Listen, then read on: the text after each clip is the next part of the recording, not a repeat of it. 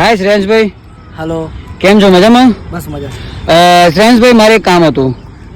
મારે છે નવું મકાન લેવું છે, પણ હું કન્ફ્યુઝ છું કે કયો બિલ્ડર સારો છે અને કયા બિલ્ડરમાં શું છે, એ સાચી વસ્તુ છે ખોટી વસ્તુ છે. મને બિલ્ડર લોબીની કોઈ ખ્યાલ નહીં, તો પ્લીઝ મને થોડું આનું ક્લિયરિફિકેશન કરો ને.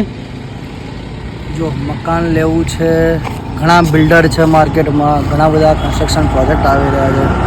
બિલ્ડિંગ હોય કે કન્સ્ટ્રક્શનમાં ઓપન રો હાઉસ હોય કે પછી તમારે ડુપ્લેક્સ કે બંગલાની સ્કીમમાં લેવું. ઘણા બિલ્ડર એવા બી છે વર્ષોથી માર્કેટમાં પોતાની ઇમેજ છે, ઘણા બિલ્ડરો નવા પણ છે. તો અત્યારે ક્યાંક ને ક્યાંક બિલ્ડર જોડે તમારો સંબંધ ક્રિએટ થવો બહુ વિચારીને કરવો જોઈએ. અને દરેક બિલ્ડર ઉપર જલ્દી ભરોસો નહીં થતો, નવા જેટલા બિલ્ડર્સ આવે છે, બરાબર. તો એના માટે ઉપર મેં તમને બતાવ્યું છે ગુજરાત રેરા. ગુજરાત રેરા એક એપ્લિકેશન છે અને ગવર્મેન્ટની છે, બરાબર છે. એ ડાઉનલોડ કરી લો. તમારા જે ફોનમાં તમે એપલ યુઝ કરતા હોય તો એપ સ્ટોરમાં મળી જાય, એન્ડ્રોઈડ યુઝ કરતા હોય તો પ્લે સ્ટોરમાં મળી જાય તમને, બરાબર છે.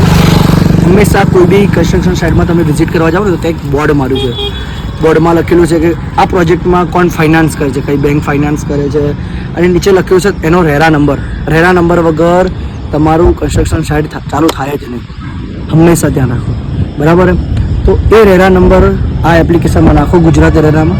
એમાં બધી વસ્તુ બતાવી દે છે કે બિલ્ડર તમને શું શું આપવાનું છે, જેમ કે સ્વિમિંગ પુલ આપવાનો છે, જીમ આપવાનો છે, કે ઓપન થિયેટર આપે છે, કેટલા વારના મકાન છે, ક્યારે પ્રોજેક્ટ ચાલુ થવાનો છે, ક્યારે એન્ડ થવાનો છે, આખી ટોટલ ડિટેલ છે.